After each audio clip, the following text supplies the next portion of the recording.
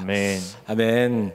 예, 오늘 함께 나눌 말씀의 제목은 믿음의 경주를 향한 첫 걸음입니다. 우리 옆에 사람과 이렇게 인사할까요? 믿음의 경주를 합시다. 믿음의 경주를 합시다. 예, 그리고 믿음으로 달려갑시다. 믿음으로 달려갑시다. 예, 우리 교회와 가정과 일터에 그 믿음의 역사가 일어날지어다. 예, 회복될지어다. 치유될지어다. 아멘. 살아날지어다. 아멘. 솟아날지어다. 아멘. 날마다 믿음으로 선포한 대로 그대로 이루어지는 믿음의 역사가 우리 가정과 교회에 온전히 이루어질 줄 믿습니다. 아멘. 예, 그래서 예수 그리스도를 바라보는 자들마다 오늘 예배를 통하여 회복되고 살아나는 그 은혜를 누리게 될 줄 믿습니다. 하나님께서 믿음의 사람들을 이끌어 가시는 그 과정들을 보면 안주하지 않도록 어디론가 항상 내보내는 것을 보게 됩니다. 이것이 바로 믿음의 시작이라는 것이죠. 카일 아들먼의 그 포기하지 마라라는 책을 보면 이렇게 말씀하고 있습니다. 우리 함께 읽도록 하겠습니다. 시작. 아브라함은 위험 부담이 덜한 미래를 계획했다. 하란에서 두 발을 뻗고 사는 것이다. 자신의 아버지처럼 그 아버지처럼 사는 것이었다. 이것저것 요구하는 특정한 신을 섬기지 않는 것이었다. 그러나 믿음은 우리가 그 자리에 안주하도록 내버려 두지 않는다. 믿음은 언제나 우리를 어디론가로 내보낸다. 나는 이런 질문과 씨름한다. 예, 믿음은 항상 우리를 안주하지 않도록 내버려 두지 않는다라는 겁니다. 그래서 우리 교회는 성도들이 안주하지 못하도록 4444 특별 새벽 기도회를 또 준비하고 있고요. 또 신약성경 통독, 또 부흥성회 계속해서 이렇게 준비하고 있습니다. 자, 따라합니다. 믿음은 항상 안주하도록 내버려 두지 않습니다. 네, 믿음이라는 것은 언제나 우리가 안주하지 못하도록 어디론가 내보낸다는 것입니다. 창세기 12장 1절의 말씀을 보면 이렇게 말씀하고 있습니다. 우리 말씀 함께 선포합니다. 시작. 여호와께서 아브라함에게 이르시되 너는 너의 고향과 친척과 아버지의 집을 떠나 내가 내게 보여줄 땅으로 가라. 네, 여기서 본토 친척 아비 집을 떠나라는 말은요, 한 번도 가보지 못한 그 길을 가는 것입니다. 그래서 내가 의지하고 사는 모든 것으로부터 벗어나라, 이런 말씀입니다. 하나님께서 믿음의 사람들을 향해 계속해서 내게 보여줄 땅으로 가라라고 이렇게 말씀하고 있다는 것이죠. 우리가 편히 앉아서 지내던 의자 하나를 바꾸는 것도 사실상은 쉽지 않습니다. 돌아가신 삼성 이건희 회장이 이런 말을 했잖아요. 삼성의 세계화를 위해 마누라와 자식 빼고는 다 바꿔라, 이런 말을 했다고 하죠. 그러니까 그동안의 체계를 바꾼다는 것은 굉장한 위험성을 갖고 있습니다. 그래서 당장 손해를 보더라도 어떻게 해야 된다는 거예요? 세계화 시장에 도전을 해야 된다는 것이죠. 그러니까 익숙한 것을 버린다는 것은 그동안 누려왔던 모든 것들을 이제 다 버려두고 떠난다는 것을 의미하고 있습니다. 예전에 제가 이제 요양병원에 신방을 갔는데 어떤 이제 할머니가 집에 좀 데려다 달라는 거예요. 그래서 집에 지금 장도 잔뜩 담가 놓고, 그래서 한 번도 덮어보지 못한 이불도 있고 감도 따야 하니까 얼른 집에 좀 데려다 달라고 그러는 거예요. 어쩌면 평생 살아왔던 집을 떠난다는 것이 얼마나 힘든 일이겠습니까? 죽을 것 같이 힘든 것이에요. 때로는 죽는 것보다도 더 힘든 일이라는 것이죠. 그러니까 믿음의 세계라는 것은 보이지 않는 길을 향해 나아간다는 것이죠. 그래서 이스라엘 백성들이 광야에서 40년간 전전할 것을 알았다면 출애굽을 했겠습니까? 안 했겠습니까? 40년 동안 고생한다는 걸 알았다면 분명히 안 갔을 거라는 거예요. 못 갔을 거라는 거죠. 보여주면 안 갈 게 뻔하니까 어떻게 보여주냐라는 거예요. 알면 갈 수 없는 길이 바로 믿음의 길이라는 것이죠. 제가 이제 군대에 다녀와서 이제 신학교에 이제 복학하고 나서 제일 첫 번째 목표가 배우자를 이제 찾는 것이었습니다. 그래서 저희 아내를 이제 신학교에서 발견하고 제가 이제 호구조사에 들어갔습니다. 그래서 이제 믿음의 3대째 집안이고 공부도 잘하고 또 어른들한테 평판도 좀 좋고, 그리고 제일 중요한 것은 일단 키도 크고 이제 2세를 생각해야 되니까. 그래서 저희 이제 아내가 23살에 제가 결혼을 하자고 했더니 좋다고 하는 거예요. 워낙 사람이 또 괜찮은 사람이 결혼하자고 하니까 그냥 하는 거예요. 믿으시면 아멘 하시겠습니다. 예. 자기가 걸어가야 할 길이 어떤 길인지도 모르고 그냥 좋은 오빠가 결혼하자고 하니까 그냥 해야 되나 보다 하고 그냥 결혼한 거예요. 알면 갈 수 없는 길이라는 거죠. 그러니까 여러분, 결혼 생활도 그렇지 않습니까? 결혼 생활도 그래요. 그런 사람인 줄 모르니까 결혼한 거예요. 그렇죠? 지금 저희 아내는 불신자가 되었습니다. 독신주의자가 됐습니다. 예, 독신주의자가 되었습니다. 예. 익숙한 것을 버린다는 것은 그동안 누려왔던 모든 것들을요, 이제는 버려두고 떠난다는 것을 의미합니다. 그렇죠?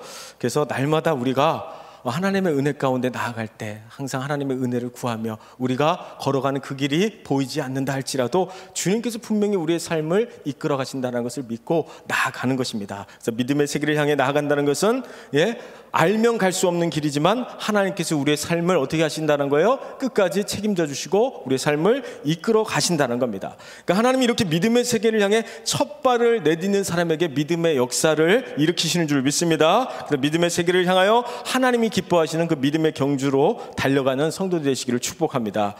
오늘 우리가 읽은 히브리서 12장의 말씀은 우리 예수 믿는 사람들이 믿음의 경주를 인내하며 달려가기 위해서는 예수님을 바라봐야 한다라고 이렇게 말씀하고 있습니다. 그래서 우리의 구원자 되신 예수 그리스도를 바라볼 때 고난 중에도 인내하며 달려갈 수 있는 힘을 얻게 된다라고 말씀하고 있습니다.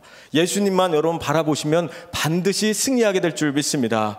사랑하는 성도 여러분, 우리가 보이지 않는 믿음의 세계를 향하여 달려갈 수 있는 이유는 우리 앞에 허다한 증인들이 이미 있기 때문입니다. 먼저 1절의 말씀을 함께 선포하도록 하겠습니다. 시작. 이러므로 우리에게 구름같이 둘러싼 허다한 증인들이 있으니 모든 무거운 것과 얽매기 쉬운 죄를 벗어버리고 인내로써 우리 앞에 당한 경주를 하며.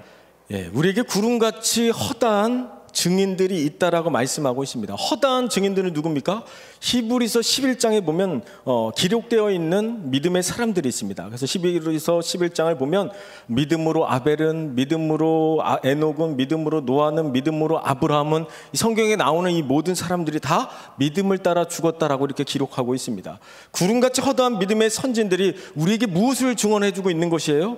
아무도 가지 않는 길을 가라는 게 아니에요. 믿음의 선진들이 이미 걸어갔던 그 길을 따라가라고 말씀하고 있는 것입니다. 그래서 하나님께서 그 길 가운데 이끌어 주실 것을 바라보며 승리할 것을 약속하고 있다는 것이죠. 우리 한밭제일교회가 유천동부터 원내동에 이르기까지 수많은 선배들이 그 믿음의 기도로 걸어왔던 것처럼 그 길을 이제는 우리 다음 세대가 힘써 달려가야 될 줄 믿습니다. 그렇게 우리 교회가 아름답게 든든하게 세워질 수 있게 되기를 축복합니다.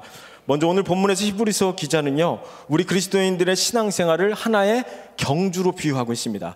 여기에 쓰여진 경주라는 단어는 투쟁과 싸움, 그리고 계속 힘써 달려가다라는 의미가 있습니다. 예수님을 믿고 하나님의 자녀가 되었다는 것은 뭐예요? 이제 여러분 모두가 믿음의 경주를 시작했다라는 증거인 것입니다. 그래서 경주라는 것은 일반적으로 누가 빠른가 이런 것들을 이제 경쟁하는 것이 경주인데, 세상에서 가장 빠른 사람이 누구죠?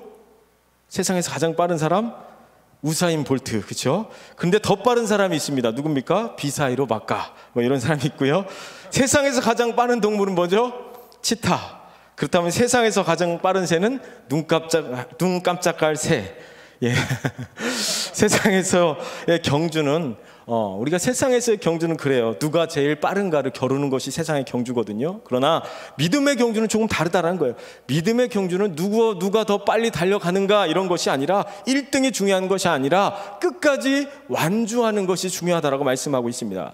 카일 아들먼의 포기하지 말라는 책을 보면 경주에 대해서 이렇게 말씀하고 있습니다. 우리 함께 읽도록 하겠습니다. 시작. 히브리서 12장은 우리 앞에 당한 경주를 하라며 우리를 초대한다. 말만큼 쉽지 않다. 내가 안다. 경주라는 단어는 헬라어로 아곤이다. 여기에서 아곤이 고통이라는 단어가 나왔다. 이 단어는 우리 앞에 놓인 경주가 재미있는 경주가 아니라는 것을 말한다. 어렵고 힘들며 도전적인 경주이다. 해변에서 하는 조깅이 아니다. 옆구리가 당기고 폐가 터질 것 같고 근육 경련이 일어날 때까지 달리는 것이다. 그러나 당신은 포기하지 않는다. 계속 달린다.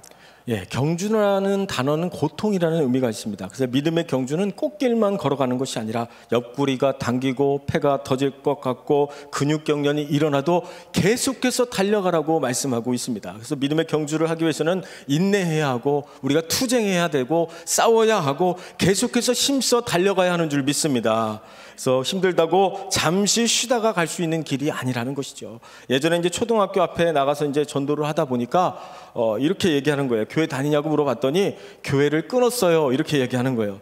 마치 학원을 그냥 이렇게 딱 끊듯이 교회를 끊었다라는 거예요.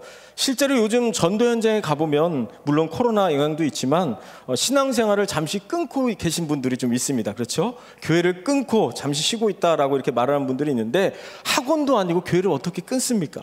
주님의 피값으로 사신 몸된 교회를 어떻게 끊을 수 있냐라는 거예요. 신앙의 경주를 여러분 멈추지 말지어다. 기도의 경주가 살아날지어다.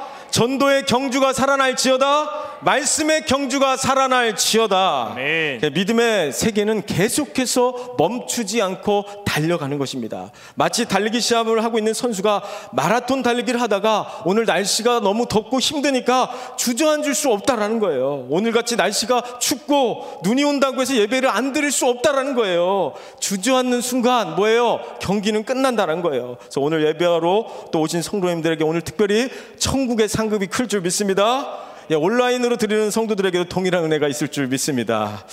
때로는 우리가 신앙생활을 하다 보면 좀 더 눕고 싶고 좀 더 쉬고 싶고 때로는 잠시 좀 이제 그만두고 싶을 때가 있습니다. 그러나 믿음의 경주는 우리의 호흡이 닿을 때까지 계속해서 달려가야 되는 것인 줄 믿습니다.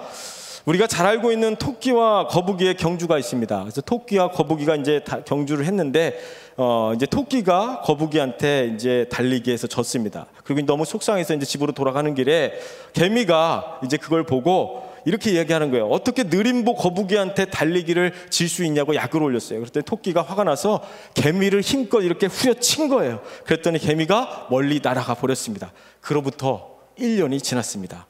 그리고 누가 1년이 지났는데 토끼네 집 문을 막 두드리는 거예요. 이렇게 문을 딱 열었더니 1년 전에 토끼가 세게 쳤던 개미가 와 있는 거예요.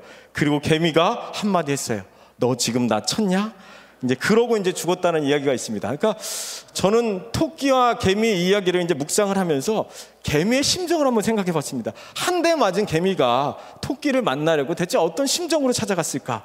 아마도 제가 생각했을 때 걸어가지는 않았을 것 같아요. 쉬엄쉬엄 오지 않았을 거예요. 불타는 그 복수의 심정으로 1년 동안 뛰어가지 않았을까요? 그래서 그 한마디 너 지금 나 쳤냐? 이 말 한마디를 하려고 모진 풍파를 다 이겨내고 달려갔다는 거예요. 집념이 대단하지 않습니까? 성경은 우리 신앙생활이 바로 달리기 시합과 유사하다라고 말씀하고 있는 거예요. 우리가 멈출 수 없다라는 거예요. 포기할 수 없다라는 거예요. 목표가 있으니까 인내하면서 끝까지 쫓아가서 문을 어떻게 해야 된다는 거예요? 두드려야 된다라는 거예요. 그래서 무슨 말을 해야 돼요? 너 지금 나 쳤냐? 이 말을 한번 하셔야 된다는 거죠. 그래서 우리가 믿음의 경주를 할 때 우리가 포기하지 않고 끝까지 믿음으로 달려가시기를 축복합니다. 그럼 우리가 언제까지 달려가야 합니까? 디모데후서 4장 7절에서 8절 말씀 함께 선포하도록 하겠습니다. 시작. 나는 선한 싸움을 싸우고 나의 달려갈 길을 마치고 믿음을 지켰으니 이제 후로는 나를 위하여 의의 면류관이 예비되었으므로 주 곧 의로우신 재판장이 그날에 내게 주실 것이며 내게만 아니라 주의 나타나심을 사모하는 모든 자에게도니라. 믿음의 길을 간다는 것은 선한 싸움을 마치고 이제 예비된 면류관이 주어질 때까지 달려가는 거예요. 의의 면류관이 예비되었으므로 그것이 바로 우리의 면류관이 된 줄 믿습니다. 자, 따라합니다. 신앙생활은 걸어가는 게 아니라 달려가는 것입니다.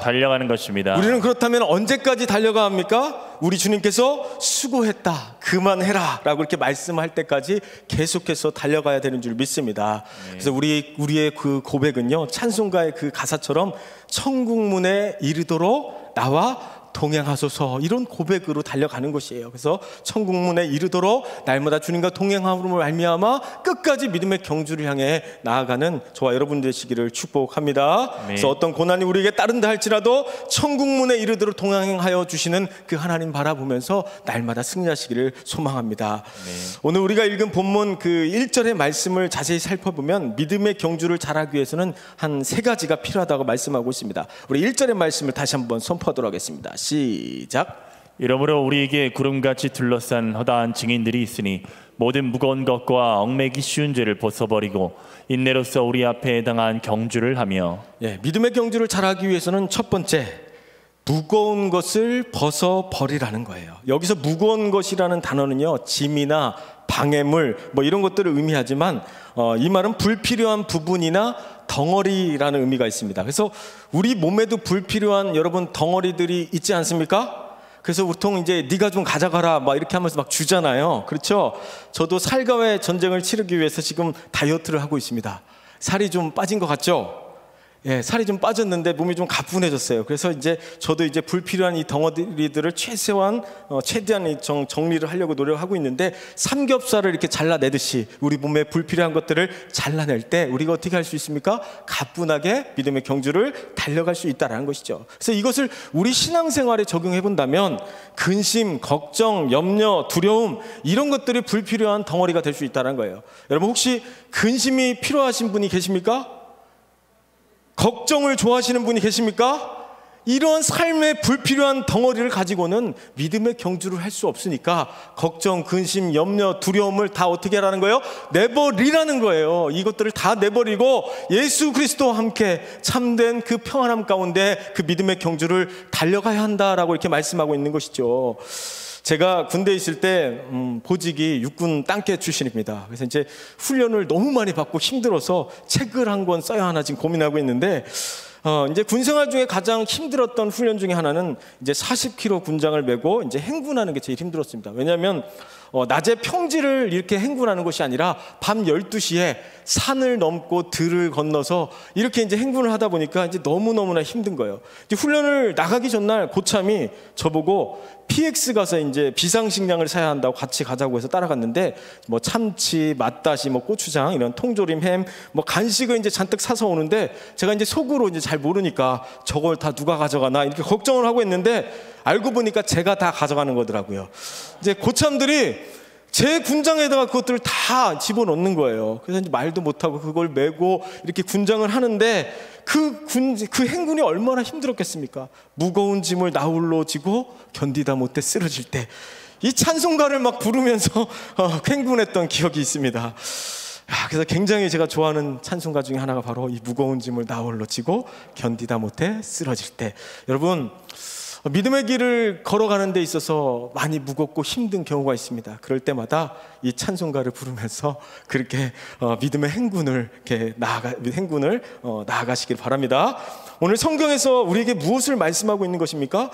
무거운 짐을 메고서는 온전히 믿음의 경주를 할 수 없다라는 거예요. 그래서 예수님께서 우리에게 뭐라고 말씀하고 있습니까? 수고하고 무거운 짐진 자들아 다 내게로 오라, 내가 너희를 쉬게 하리라. 그래서 무거운 짐을 십자가 앞에 다 내버리라고 말씀하고 있는 거예요. 그래서 우리의 믿음의 경주를 방해하는 모든 무거운 짐들을 벗어버리고 믿음의 경주에서 끝까지 승리하시기를 축복합니다. 믿음의 경주를 잘하기 위해서는 두 번째로 얽매이기 쉬운 죄를 벗어버려라 라고 말씀하고 있습니다. 여기서 얽매이기 쉬운 죄라는 것은 쉽게 유혹하는, 둘러싸다라는 의미가 있는데, 쉽게 말해서 이런 거예요. 진드기 같은 사람 있지 않습니까? 한번 들러붙으면 막 떨어지지 않는 사람 있잖아요. 그래서 이제 한번 들러붙으면 안 떨어지는 그 껌딱지 같은 분들이 있는데, 일명 딱개비라고 하죠. 딱개비. 한번 달라붙으면 안 떨어지는 그런 껌딱지 같은 죄라는 것을 말씀하고 있습니다. 그래서 우리가 하나님을 믿는다고 고백하면서 자꾸만 세상적인 수단과 방법으로 살아가려고 할 때 어떤 넘어질 수 있는 모습들이 바로 얽매이기 쉬운 죄라는 거예요. 예를 들면 우리 예수 믿는 사람들이 쉽게 얽매이기 쉬운 죄가 뭡니까? 그 죄 가운데 하나가 바로 거짓말이에요. 거짓말. 그래서 가장 흔한 거짓말 중에 하나가, 우리 약속 시간에 늦을 때 보통 뭐라고 하죠? 출발도 안 해놓고 5분이면 간다 그래. 5분이면 간다. 거의 다 도착했다. 막 이런 말들을 해요. 가볍게 거짓말을 하는데, 한국인의 그 대표적인 거짓말이 있다고 하죠. 성적이 우수한 학생들 항상 이렇게 얘기한다고 해요. 공부 하나도 안 했어요. 그리고 간호사, 이주사 하나도 안 아파요. 그리고 대학 광고, 전원 취업 보장 이렇게 얘기하고요. 며느리, 어머님 벌써 가시게요? 며칠 더 계시다 가세요. 이러고 시어머니, 아가야 항상 난 널 딸처럼 생각한단다. 뭐 이런 거짓말들이 있다고 하죠.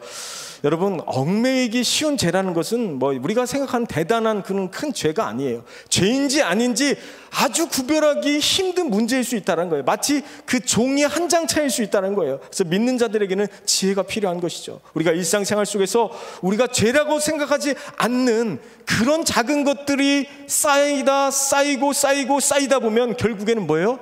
그것 때문에 결국에는 넘어질 수 있다는 거예요. 그래서 우리가 날마다 뭐예요?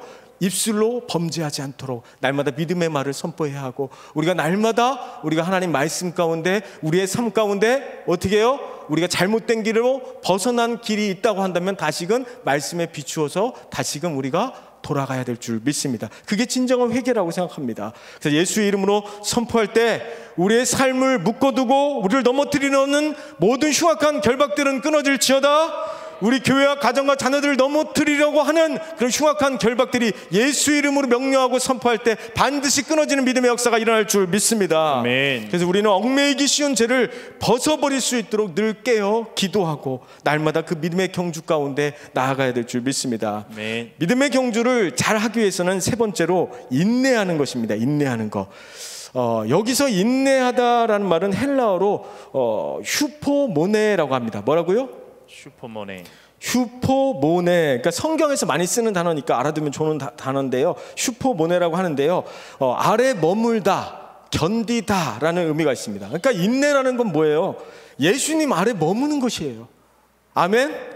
예수님 아래 머무는 거예요. 은혜 아래 머물면서 우리의 어떤 그 고난과 그 시련 앞에 우리가 안에 예수 그리스도 안에 머물 때, 그 아래 머물 때 우리가 그것들을 어떻게 할 수 있다는 거예요? 우리가 이겨낼 수 있다는 것을 말씀하고 있다는 것이죠. 옛날 어른들이 신세를 한탄할 때 자주 하는 말이 뭐죠? 우리 어른들, 옛날 어른들이 신세를 한탄할 때 자주 하는 말 있잖아요. 내 팔자가 어쩔 수 없지 하면서 팔자 타령을 하시는 분들이 있어요. 저는 도라지 타령을 좋아합니다. 이런 썰렁한 순간에 인내가 바로 필요한 거예요. 이해를 못하신 분들은 집에 가서 다시 한번 들어보시고요. 귀 있는 자는 들을지어다.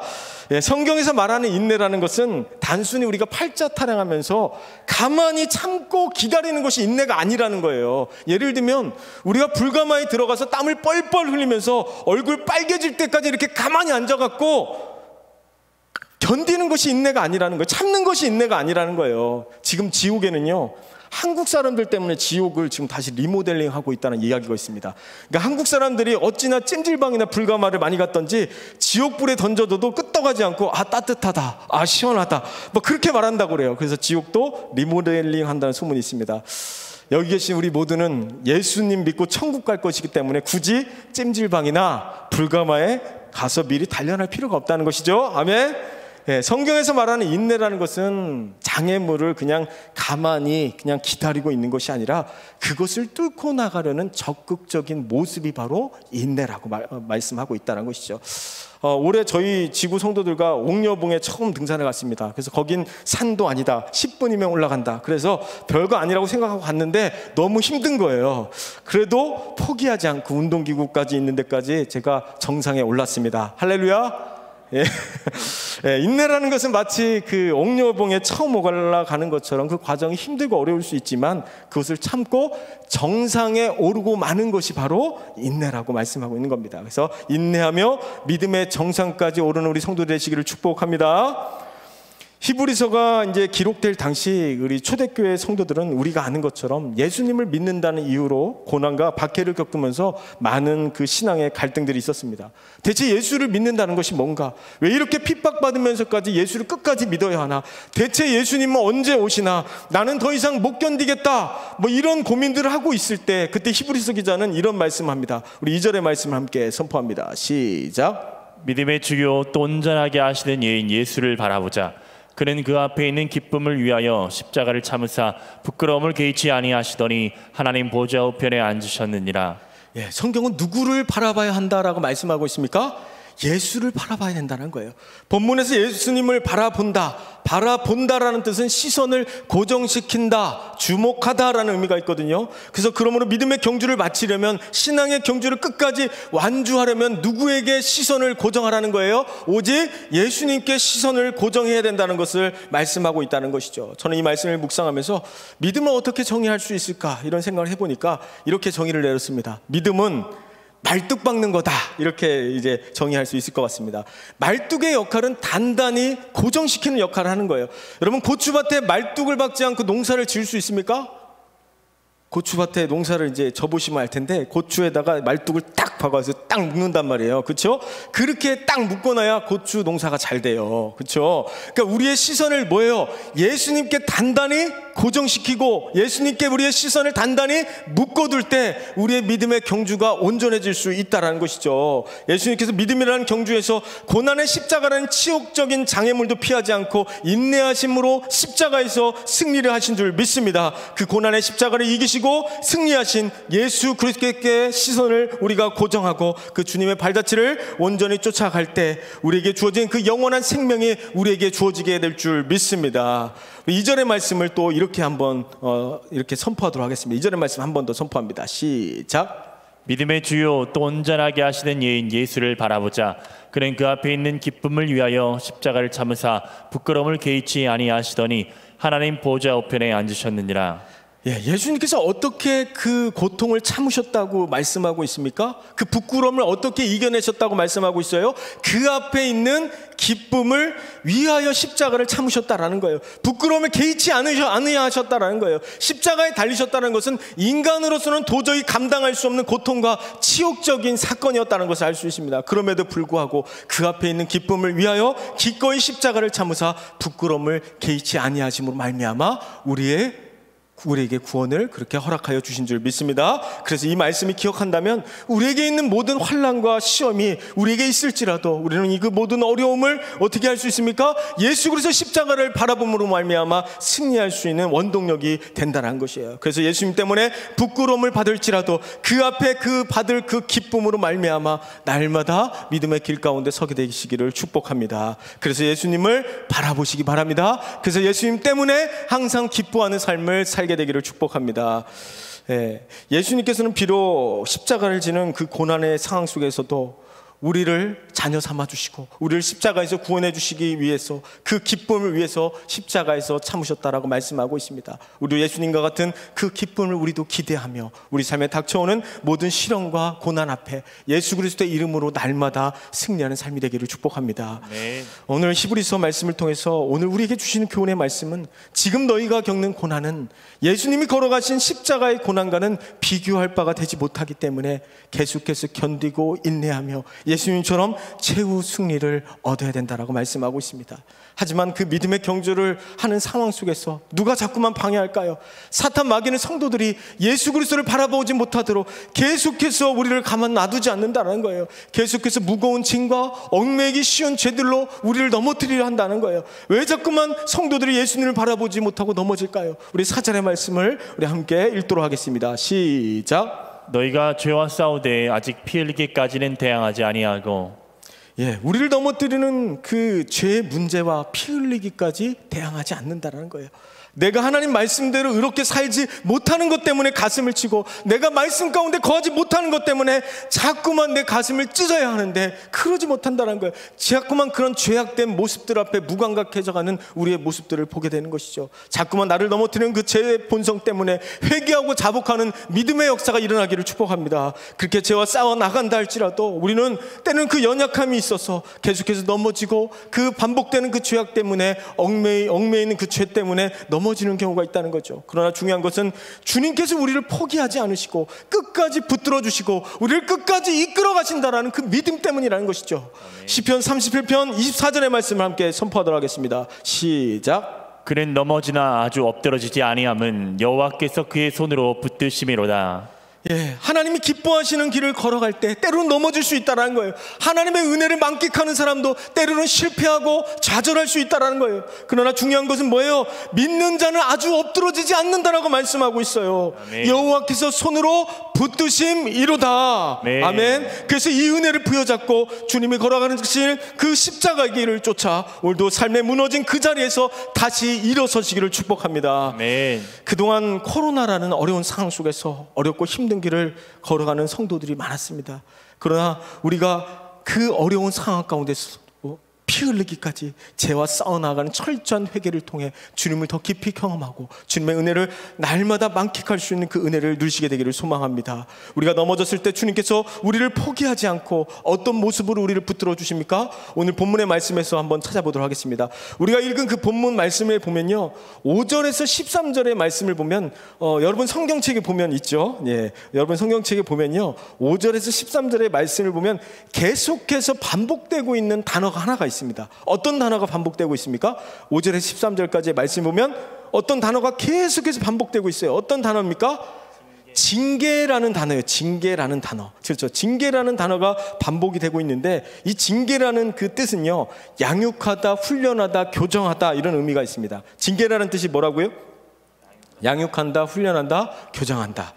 그러니까 징계라는 것은 하나님께서 우리를 양육하시는 과정이라는 거예요. 하나님께서 우리를 훈련하시는 도구라는 거예요. 하나님께서 우리를 교정해 나가시는 과정이라는 것입니다. 그렇다면 징계가 왜 필요하겠습니까? 하나님의 자녀인 우리에게 징계가 필요한 이유는 우리가 하나님의 자녀이기 때문입니다. 우리 연약한 모습들을 훈련하고 교정해서 하나님과 행복한 삶을 누리게 하려는 하나님의 도구인 줄 믿습니다. 세상에서 얼룩진 때가 여러분 어떻게 하면 깨끗해질 수 있습니까? 세상에서 얼룩진 때가 어떻게 깨끗해집니까? 말씀과 기도로 여러분 거룩해지는 것이 아니겠습니까? 말씀과 기도의 방맹이로 여러분 빨래를 그냥 막 두드리듯이 그대 두드려 팰 때 우리의 모습이 깨끗해질 줄 믿습니다.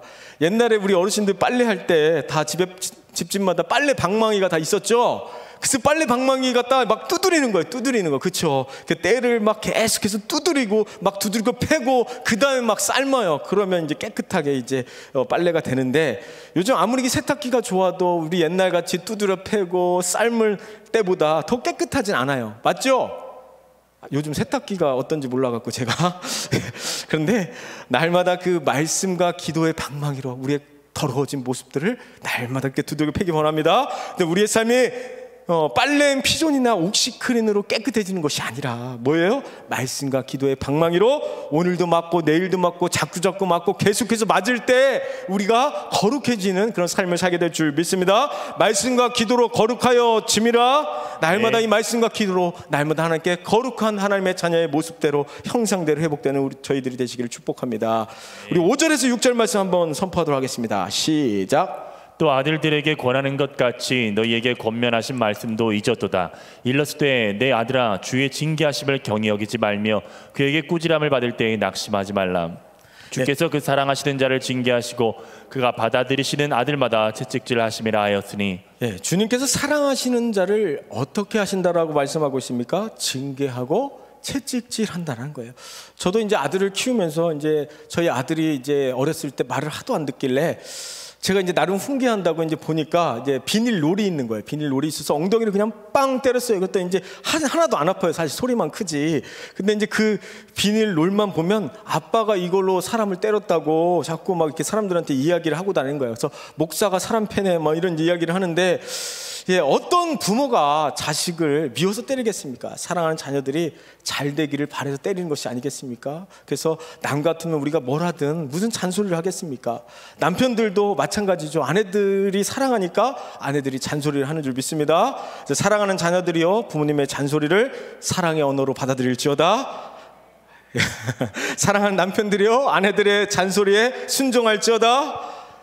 아멘들이 별로 없네요. 제가 이제 신방을 다니다 보니까 주변에 이제 많은 분들이 이런 얘기를 해요. 남편들이 아내 말을 그렇게 안 듣는다는 거예요. 그래서 이제 뭐 아내들이 아무리 좋은 방법과 길을 이야기한다 할지라도 일단은 남편들은 아내 말이라면 안 듣는데요. 누가 이제 그러더라고요. 아내 말은 하나님 다음으로 맞는 말이다. 뭐 이런 이야기를 했다는데 진리의 말씀이죠. 그렇죠? 여자 말을 잘 들어서 자다가도 떡이 생기는 역사가 분명히 있게 되는 줄 믿습니다. 사랑하기 때문에 이제 그런 이제 잔소리를 한다는 거죠. 사랑하는 성도 여러분, 하나님께서 우리에게 징계를 주시고 채찍을 주시는 이유는 우리가 죄악된 그 본성대로 가지 않도록, 사망의 길로 가지 않도록, 멸망의 길로 가지 않도록 우리를 붙들어 주시는 증표인 줄 믿습니다. 어느 부모가 자식의 청길 낭떠러지를 향해 가고 있는데 그것을 가만히 놔둘 부모가 어디 있겠냐라는 거예요. 그렇다면 주님께서 주시는 징계를 통해 우리가 얻는 유익은 무엇입니까? 우리 10절의 말씀 함께 선포하도록 하겠습니다. 시작. 그들은 잠시 자기의 뜻대로 우리를 징계하였거니와 오직 하나님은 우리의 유익을 위하여 그의 거룩하심에 참여하게 하시느니라. 예, 10절의 말씀을 보니까 두 개의 단어에 여러분 주목해 보실 필요가 있는데요. 잠시라는 단어와 유익이라는 단어가 있습니다. 때로는 우리 고난이 너무나 커 보이고 너무나 어렵고 힘들어 보이지만 그것은 뭐예요? 잠시라는 거예요. 우리의 삶이 너무나 어렵고 힘들어도 그것은 잠시뿐이라고 말씀하고 있는 거죠. 우리의 인생의 안개와 같이 잠깐 있다 사라지는 것처럼 이 땅에서의 고난도 뭐예요? 잠시 사라질 것이라는 거예요. 로마서 8장 18절의 말씀 이렇게 이야기하고 있습니다. 함께 선포합니다. 시작. 생각하건대 현재의 고난은 장차 우리에게 나타날 영광과 비교할 수 없도다. 예, 현재의 고난은 우리에게 나타날 영광과 좋게 비교할 수 없도다. 우리가 받을 하늘의 그 영광을 바라보며 날마다 믿음으로 살아가는 우리 성도들의 시기를 축복합니다. 찰스 스윈돌의 이 시대에 인내하는 믿음이라는 책을 보면 경주에 대해서 이렇게 말씀하고 있습니다. 우리 함께 선포하도록 하겠습니다. 시작. 우리는 경주에 참여하면서 경기장 마루 위에 서 있다. 그것은 일평생 달려야 하는 마라톤 경주와 같다고 볼 수 있다. 출발 지점은 바뀐다. 마지막 테이프는 죽음이다.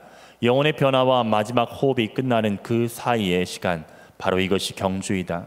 예, 우리의 마지막 호흡이 끝나는 그 순간까지 우리가 영원히 살아갈 천국 본향을 향해 나아가는 성도 되시기를 축복합니다.